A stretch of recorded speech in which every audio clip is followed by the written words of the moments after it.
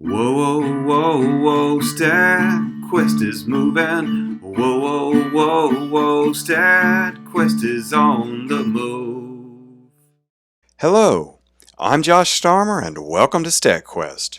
StatQuest is brought to you by the friendly folks in the genetics department at the University of North Carolina at Chapel Hill. Today we're going to be talking about sample size and effective sample size. They're going to be clearly explained. This StatQuest builds on what we learned in the StatQuest on technical and biological replicates. So if you're not already familiar with those concepts, you better check that StatQuest out ASAP. Let's start with a simple example.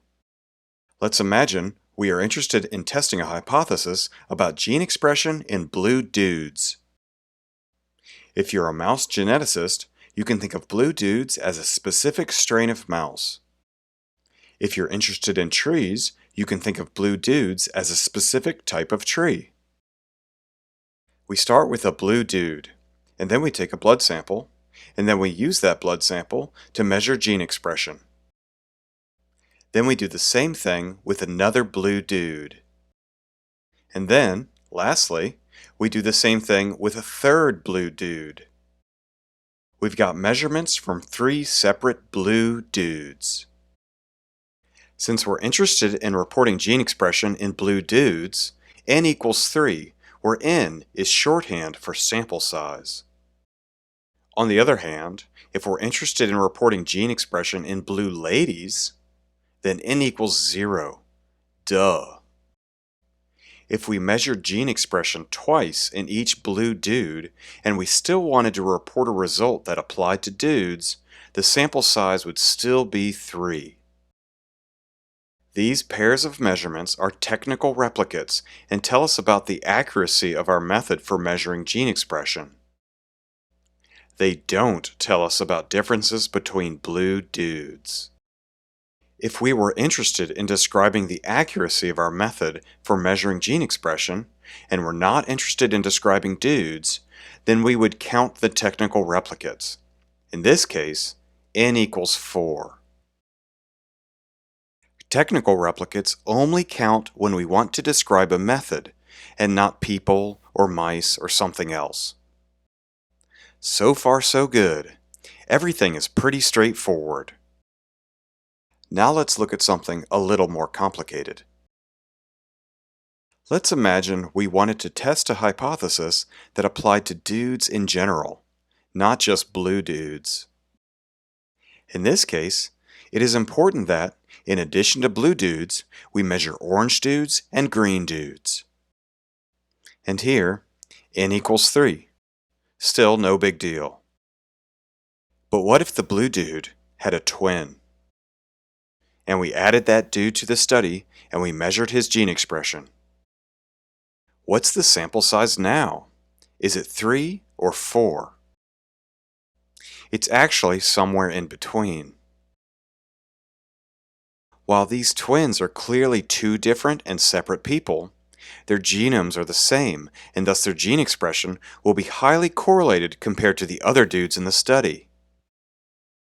If we know, or can calculate, the correlation between the twins, we can calculate their effective sample size.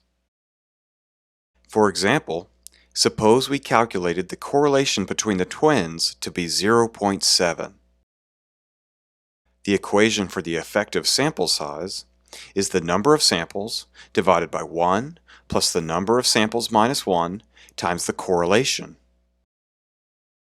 So we plug in the numbers for the number of samples and the correlation, and then we do the math.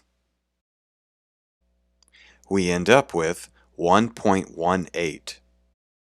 When the correlation is high between the twins, instead of being counted as 2 people, they are counted as 1.18 people. Now let's see what happens when the correlation is low. This time it's equal to 0.1. Again, we can use the equation for the effective sample size to figure out how many people these 2 people actually are. First, plug in the numbers, then do the math. In this case, we got 1.82. just a little bit less than 2. When the correlation is low between the twins, they almost count as much as 2 people. In practice, calculating the effective sample size can be more complicated, but you get the general idea. Samples that are highly correlated don't count as individual samples. In summary, if we want to report about the accuracy of a method, the sample size is just the number of technical replicates. In this case, n equals 3. If we want to report about blue dudes, or a specific strain of mouse or tree or whatever, then the sample size is the number of blue dudes. In this case, n equals 3. If we want to report about all kinds of dudes, or all kinds of mice, we need to take correlations into account when calculating the sample size. If the correlation between blue dudes is 0.7, the effective sample size is 3.18. If the correlation between blue dudes is 0.1, the effective sample size is 3.82. Hooray!